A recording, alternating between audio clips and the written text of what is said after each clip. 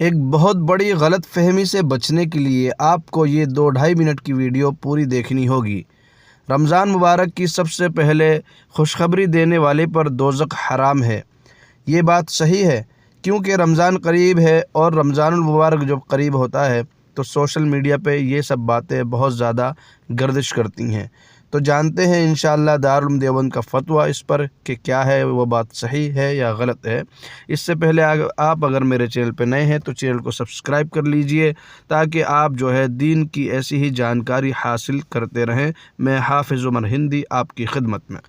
کسی پوچھنے والے نے پوچھا، جیسا کہ ہم جانتے ہیں کہ ہم جس جدید دور میں جی رہے ہیں اس میں سوشل میڈیا کی بہت اہمیت ہے، اور یہ ہماری روزمرہ کی زندگی کا ایک حصہ ہے۔ اس کے جانب سے ہمیں کافی علم حاصل ہوتا ہے۔ کافی عرصہ سے میرے پاس ایک میسج آتا ہے جس میں حدیث کے متعلق ذکر کیا گیا ہے، جس کا تذکرہ مندرجہ ذیل ہے۔ فلاں تاریخ سے رمضان المبارک شروع ہونے والے ہیں، اور نبی کریم نے فرمایا ہے کہ جو سب سے پہلے رمضان کی جانکاری دے اس پر دوزخ کی آگ حرام ہے۔ کیا یہ حدیث صحیح ہے یا نہیں؟ مجھے مضبوط حوالے سے اس کی صحیح جانکاری دیں۔ اب دارالعلوم دیوبند کا فتویٰ سن لیجئے۔ بسم اللہ الرحمن الرحیم۔ ہمارے علم میں ایسی کوئی حدیث نہیں۔ جو لوگ سوشل میڈیا پر اس کو حدیث کے نام سے پھیلا رہے ہیں ان سے اس کا حوالہ دریافت کریں، اور جب تک تحقیق سے حدیث ہونا معلوم نہ ہو جائے اسے ہرگز شیئر نہ کریں۔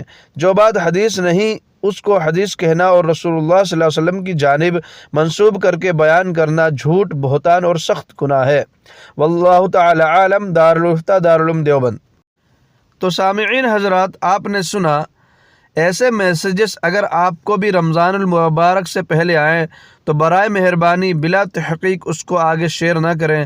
ایسے میسیجز بالکل جھوٹ ہیں، اور نبی کریم صلی اللہ علیہ وسلم کی سخت وعیدیں ہیں کہ اگر کوئی شخص میرا نام لے کے میری طرف کوئی جھوٹی بات کو منسوب کرتا ہے وہ اپنا ٹھکانہ جہنم میں ڈھونڈ لے، اپنا ٹھکانہ جہنم میں بنا لے۔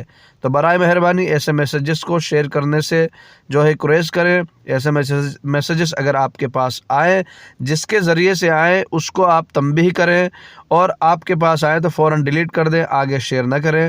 جزاکم اللہ خیراً کثیرا۔